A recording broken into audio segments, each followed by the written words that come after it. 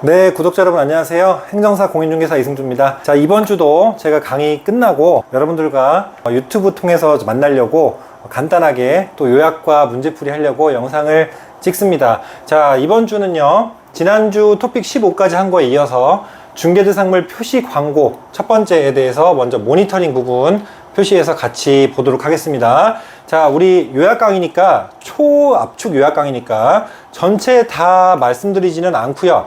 자, 중요한 부분만 좀 체크를 하실 수 있도록 진행을 하겠습니다. 자, 바로 여기인데요.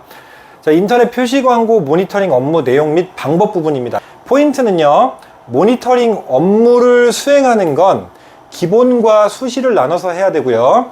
기본 모니터링 업무는 기본 계획서에 따라서 분기별로 실시하고, 수시 모니터링은 그냥 수시로 필요하다고 판단할 때 실시한다, 이렇게 보시면 되고요. 자, 밑줄 친 부분이 중요합니다. 이게 포인트예요. 모니터링 업무 수행. 그래서 여기 기본 모니터링, 수시 모니터링 이렇게 해서 언제 한다 라는 거고, 자, 그 다음에 업무를 수행하려면 여기는 포인트가 뭐냐면 계획서를 국토교통부 장관한테 제출을 해야 되는 건데, 자, 계획서도 이제 기본과 수시에 따라서 어떻게 계획서를 내느냐 라는 게 다른 건데요. 기본 계획서를 매년 12월 31일까지 제출한다. 이건 뭐예요? 계획서를 제출하는 거예요. 계획서를. 자, 그럼 수시 모니터링은요, 이 방법 등을 포함한 계획서를 제출한다, 이렇게만 나와 있으니까 보통 물어볼 때 기본 모니터링에 대해서 기본 계획서를 언제까지 제출하냐, 이걸 많이 물어보겠죠.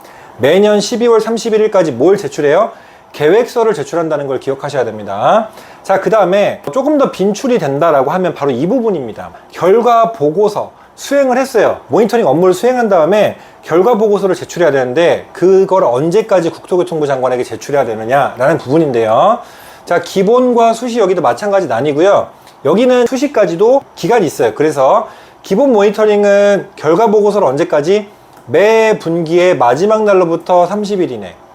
수시 모니터링은 업무를 완료한 날부터 15일 이내. 수시니까 업무를 언제 완료하는지 이제 수시로 나오니까 딱 기간이 정해져 있지 않을 거 아니에요. 그러니까 완료한 날부터 15일 이내에 결과 보고서를 내는 거고, 이 기본 모니터링은 어쨌든 전반적으로 기본적으로 해야 되는 큰 틀이 있기 때문에 매 분기의 마지막 날부터 30일 이내 이렇게 결과 보고서를 제출한다, 이렇게 기억을 하시면 되겠습니다. 그래서 모니터링은 중요한 것은 수행할 때 이 기본 수시 나눠주고, 분기별로 하는지, 어떻게 수행을 하는 것에 대한 기준의 물음인지, 아니면 계획서를 언제까지 제출해야 되냐라는 것에 대한 물음인지, 아니면 모니터링 업무를 수행하고 그 다음에 결과 보고서를 언제까지 제출해야 되는 것에 대한 물음인지를 구분해서 문제를 풀어주시면 되는 겁니다. 이렇게. 자, 그런 다음에 나머지 부분은 이제 초압축 요약이니까 생략하도록 하고요.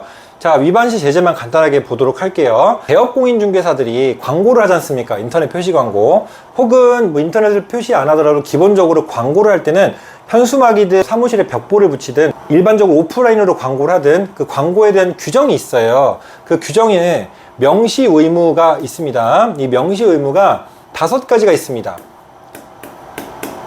명명, 소연등이라고 합니다.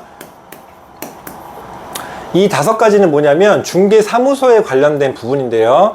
대표자 명칭, 사무소 명칭, 사무소 소재지, 사무소 연락처, 사무소 등록번호, 이 기본적인 걸 꼭 명시를 해주고 광고를 하라, 이겁니다. 자, 그런 다음에 인터넷을 통해서 했을 때는 추가 명시사항이 있어요. 이제 그걸 제가 다음 토픽에서 여러분들한테 또 다시 설명을 드릴 건데요. 자, 이렇게 기본적인 명시 의무를 위반했을 때는 100만 원 이하의 과태료고요.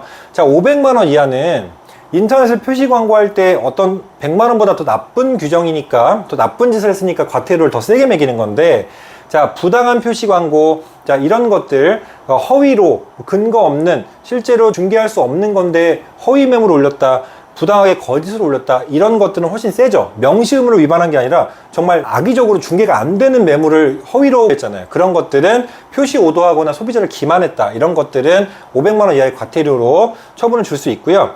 자, 그 다음에 나머지 부분들은 이 토픽에서는 설명을 생략하도록 하겠습니다. 그래서 제일 중요한 것은 우리 인터넷 표시 광고 모니터링에 대해서, 모니터링의 부분에서는 이 기본 수시, 그리고 어떤 상황에서의 어떻게 제출하는지 이 기간을 좀 알아두시면 가장 좋을 것 같습니다. 자, 그럼 다음 토픽에서 인터넷 표시 광고 2에 대해서 아까 말씀드렸던 거 이어서 설명드리도록 하겠습니다.